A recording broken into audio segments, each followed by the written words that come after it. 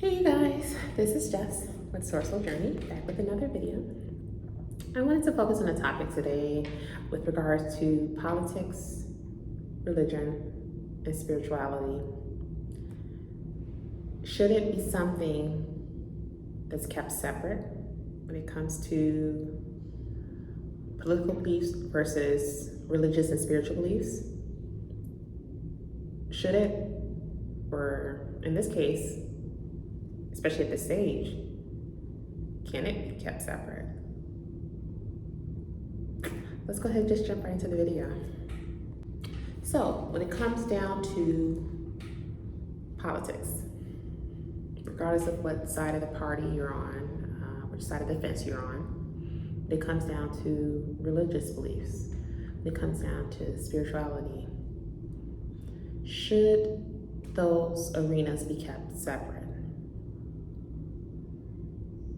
Some would say yes, some would say no. Is it a little too late for them to be kept separate? In my opinion, yes it is. And let's go ahead and talk about why. Because for quite some time, it's always been ingrained into our society, whether it's here in the States or on a global scale, dealing with other political factions as well.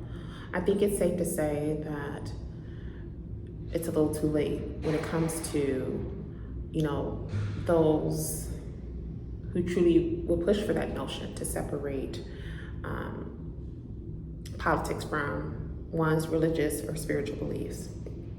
The fact of the matter is, even with the basis of, our government here in the States, in the US as an example, it's all tied to the notion of, one nation under God, right? When it comes to saying something simple as the Pledge of Allegiance, or singing My Country 'Tis of Thee, or whatever other components that ties into what makes our nation what it is, on paper as well as singing it aloud, it's all tied to the religious aspect being that of God. And the reality of it all is, even with those who are in the spiritual space too, they also too follow the notion of that there is a God. So, in my opinion, I honestly feel one cannot have one without the other. They kind of go hand in hand.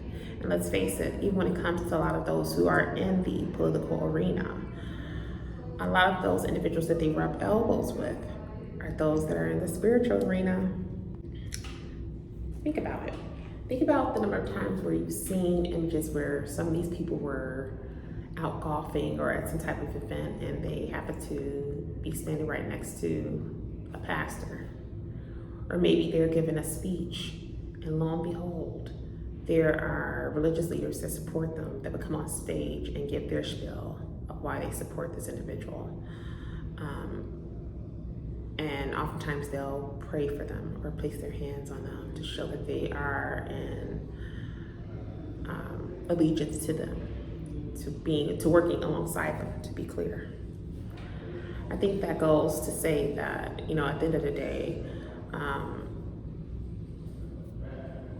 you can't have one without the other, to put it plainly. Especially for our nation to be one that is known as like the land of the free, right? Even for those who are non-believers, you don't have to follow a certain religious ideology. There are some that don't follow any of that, but are still here. We have always been known as a nation that it's like come one, come all. And I think, sadly enough, there needs to be a cap on that to an extent. Because look at what we're facing right now, especially with the border issues we've been having. I'm not going to even get into that, but you know what's going on with that, right? And there's so much more stuff. So I think it's great to be like the land of plenty, the land of freedom, and all that. It's great to follow that whole notion, but you have to be realistic about how far one can go when it comes to all of that. So when it comes to keeping politics, especially when dealing with the various political factions, separate from the various religious factions, the spiritual factions as well, it's good to allow there to be a healthy blend of it in all areas, but there needs to be a limit to it. Like, each side needs to know just how far to go with the other two sides, if that makes any sense. Or if it doesn't, if one chooses or individuals choose not to, it can lead to a huge ball of confusion, and it can get pretty messy where, you know, certain onlookers might not be too happy about it.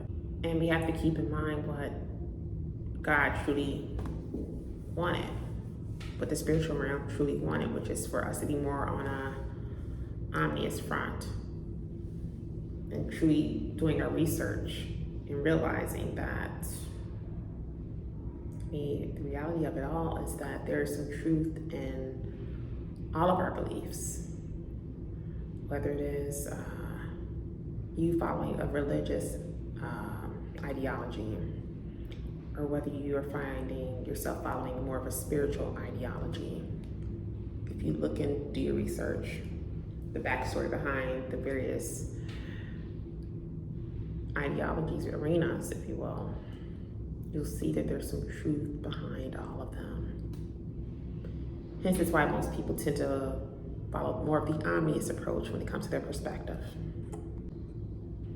Initially, it can be a very tough pill to swallow when you start to understand that this is the reality, when you start to become aware of what is truly going on. It's going to always hit you hard. It's going to hit you in your gut, because you're going to realize what you've been conditioned and, you know, taught to believe is truly not 100% true. It has some level of truth to it, but you're going to realize there are a few other parts that were left out of the equation that should have been included, just so you can draw a more stronger perspective in terms of your own thought process.